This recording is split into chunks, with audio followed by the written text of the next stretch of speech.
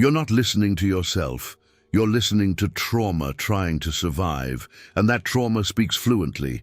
It uses your voice, your memories, your fears. It learned the exact tone of guilt that stops you from breathing too deeply. The precise volume of shame that keeps you functional but never free. You think you're thinking, but really you're just repeating the scripts you inherited, replaying scenes you never chose to film, rehearsing a version of yourself that was built to please, obey, survive. The mind isn't a sanctuary, not yet. It's a haunted house. Every creak, every whisper, every thought that suddenly appears at 2:43 a.m. isn't yours. It's the echo of a door you never dared to open. And the worst part is, it sounds so familiar, that voice inside your head. It sounds like you. It uses your name. It says things you once believed. Things like, "You'll never get it right. They're going to leave. You're too much or not enough." But what if that voice isn't you?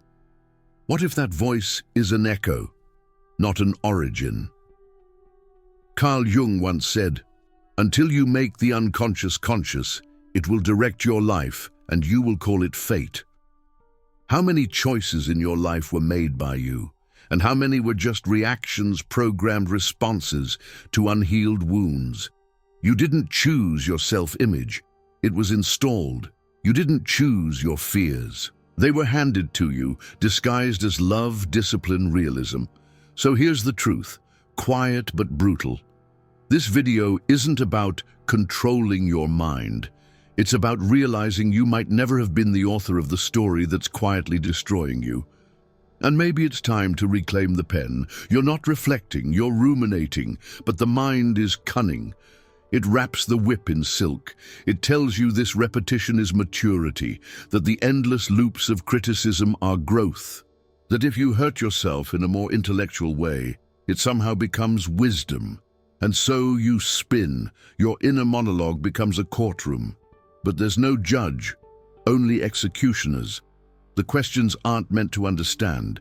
They're designed to punish. Why did you fail again?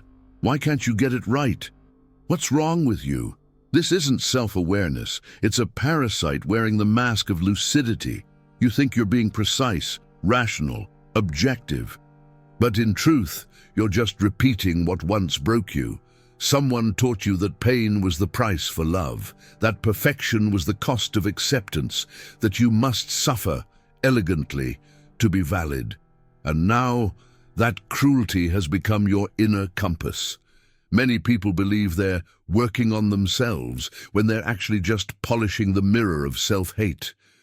The more you understand yourself, the more subtle your self-punishment becomes. You don't scream at yourself anymore, you whisper, but it still wounds, because the whip doesn't disappear, it evolves. And here's the insight that cuts deep. Overthinking isn't a sign of intelligence. It's often a defense, a sophisticated method of avoiding feeling. When your thoughts are loud, it's usually because your pain is buried too deep to surface. You think you're solving something, but all you're doing is circling the wound, terrified to touch it. And so the mind becomes your anesthetic and your prison all at once. Your inner voice wasn't born in freedom. It was programmed in fear, not in moments of clarity, but in moments of collapse. When your defenses were down, when you were still learning what love meant, and someone gave it to you with conditions, or didn't give it at all, that's where the voice comes from. The one that tells you you're not enough, that mocks your dreams before they even fully form, that whispers they'll leave if they see the real you. It's not yours. It sounds like you. It uses your memories, but it's someone else's tone, someone else's shame, now living in your nervous system like an echo that forgot how to die. Psychologists call it introjection, the silent adoption of another's words, emotions, judgments. You absorb their chaos, their criticisms, their silence. You memorize the emotional weather of someone who couldn't love you in the way you needed. And now you've become fluent in their language. You judge yourself with borrowed cruelty. You measure your worth with rulers that were never made for you. You punish yourself for things that weren't your fault, but felt like they were, because no one ever told you otherwise. That voice in your mind, it was installed, carefully, repeatedly, intimately, and every time you echo it, you deepen the wound. Not because you're weak, but because you're loyal. Loyal to a version of yourself that thought suffering was the only way to be seen, but suffering is not your destiny. It was just your initiation. And the moment you realize this, the moment you see that you're not the author of the voice that hurts you, something shifts. You stop identifying with the noise, and for the first time in a long time, you start to hear something else, a different tone, quieter, but closer to truth. You think it's you, but it's anxiety using your name. That voice in your head, so fluent in fear, so articulate in shame. It's not your true self, it's the self that was trained to perform, to please, to anticipate rejection before it arrives. There is a self that performs, that explains, that apologizes before anyone even blames. And there is a self that watches silently from within. The first is terrified of silence, because silence doesn't applaud. But the second one, the silent observer, it doesn't need applause. It doesn't speak in judgments. It simply sees. The I you hear is not the same I that feels. One is an actor, the other a witness. Your mind is a stage. But the one holding the mic isn't always the protagonist. Often, it's a shadow of who you had to become, the version of you that survived, not the one that was meant to live. This confusion between the voice that talks and the one that observes is the birthplace of inner war. You've believed that the loudest voice in your head is the truest, but truth is rarely loud. It doesn't demand, it doesn't accuse, it doesn't catastrophize every choice you make. Truth waits. It sits quietly behind the chaos, behind the noise, behind the rehearsals, watching, waiting for you to notice that the echo you keep obeying isn't yours. And the moment you hear the difference, the moment you realize the voice isn't your essence, something ancient in you begins to return. Not a new self, but the self that was always there, just unheard. Did you enjoy the content and it made a difference for you? Click on Super Thanks and support our work. You've been told to fight your mind, to control it, to silence the thoughts as if they were intruders, not symptoms. But what if control is the wrong direction? What if the war inside you only grows stronger the more you try to win it? There is another path, a darker one, slower, but real. You don't quiet the mind by beating it. You quiet the mind by disidentifying from it, not ignoring, not suppressing, but seeing it clearly, like a separate thing, like a voice coming from another room, a child screaming because it's scared, not because it hates you. Every time a thought rises, a destructive one, a shameful one, you don't need to believe it. You don't need to argue. You don't need to collapse under its weight. You just need to observe. That's it. Observe. There's a thought here. It says, "You're a failure." That's all. A thought. An event in the mind. Not a prophecy. Not a law. Just noise trying to sound like truth. And the more you can see it that way, the more distance you create, the more you begin to breathe again. Jung understood this deeply. So did the mystics of Zen. They didn't teach control. They taught awareness. Detached, compassionate awareness. To look at the storm without becoming it. To recognize there is a storm, and I am the sky it passes through. What the moment you stop believing that every thought is yours is the moment you begin to return to yourself. The space between what you hear and what you believe, that's where freedom lives. It doesn't scream, it doesn't convince, it just waits until you're quiet enough to notice it's been there all along. Most people don't want peace.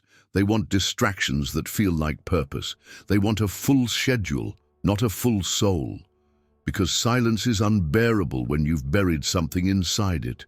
You wake up, check the phone, coffee, work, scroll, deadlines, messages, goals, perform, repeat.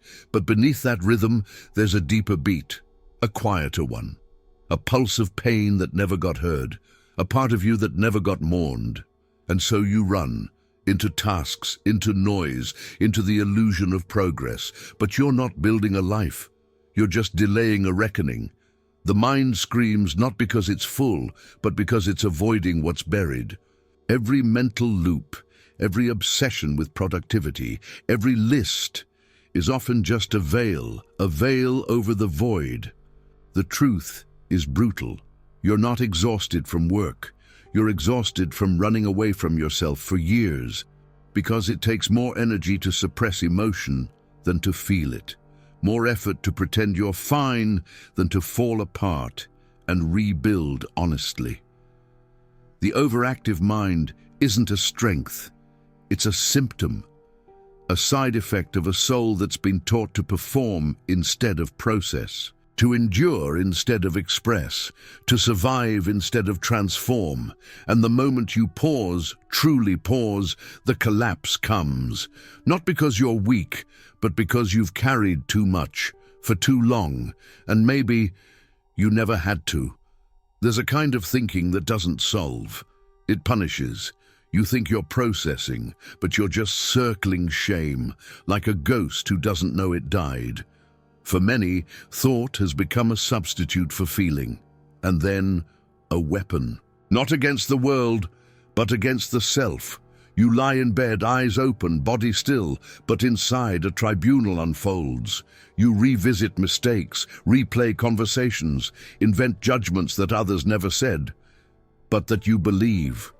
Because deep down, you feel guilty, but not for what you've done, for what you couldn't fix, for what you couldn't stop, for who you never got to be. And so you torment yourself with logic, with analysis, with loops, because not thinking has become a sin, a danger, a threat. In silence, the grief returns. In stillness, the truth rises. So the mind must stay loud, not because it's needed, but because the alternative is unbearable. Overthinking is often just a ritual of self-punishment, a way to make up for being imperfect, a way to carry guilt like it's a duty, a way to grieve without calling it grief. But here's the rawest truth. You're punishing yourself with thoughts that sound logical, but are just your self-worth, broken and bleeding, trying to speak. And if you listened, not to the thoughts, but to what they're guarding, you'd find something softer, not weakness, but grief. And grief, when seen, begins to heal. Your essence doesn't scream. It never needed to. It whispers. That's why you've missed it. That's why you've doubted its existence. It never competed with the noise. It never begged for attention. It simply waited, beneath the stories, beneath the scars, beneath the survival. You thought silence was emptiness, a void to fill, a space to escape. But what if silence was your return? Not a silence of resignation, but a silence of recognition, because buried under the noise is the version of you that never forgot who you were, even when the world tried to reshape you. Not the self that adapts, not the self that pleases, but the one who watches, the one who remembers. That self doesn't use words. It breathes in sensation, in intuition, in presence. It doesn't shout affirmations. It simply is. And in the rare moments when the mind grows quiet, and the rehearsals stop, and the performance ends, that self resurfaces, not to save you, but to remind you that you never needed saving, because the core of you was never broken, only buried. The truth you've been seeking has no voice, but it's always been speaking. And the moment you stop trying to hear it is the moment you finally do. The mind screams, but the truth only whispers. You've spent years obeying voices that weren't yours, internalized critics, echoes of fear, scripts written in moments of pain and silence. And because they were loud, you believed they were true. But volume is not truth. The thoughts that accuse you, that chain you to old identities, that replay your worst moments like they define you, they are not insight. They are memory. Repetition, defense. Carl Jung warned us, what we do not make conscious will rule our lives, and we will call it fate. And so you've lived, reacting, performing, surviving, not because you're weak, but because no one taught you how to observe the mind without becoming it. Uncontrolled thinking isn't clarity, it's noise. And noise is often desperation in disguise, the desperate attempt to not feel the silence, the pain, the past. But beyond that noise, there is something else. A presence. A silent consciousness that watches, that has always watched. A version of you untouched by the chaos, unbent by the voices, unnamed by the pain. You are not the voice that blames you.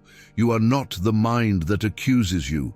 You are the space between thoughts, the space where trauma ends and truth begins to breathe. And maybe for the first time you don't have to believe everything you think. Maybe for the first time you don't have to be who you were taught to be. You are not alone.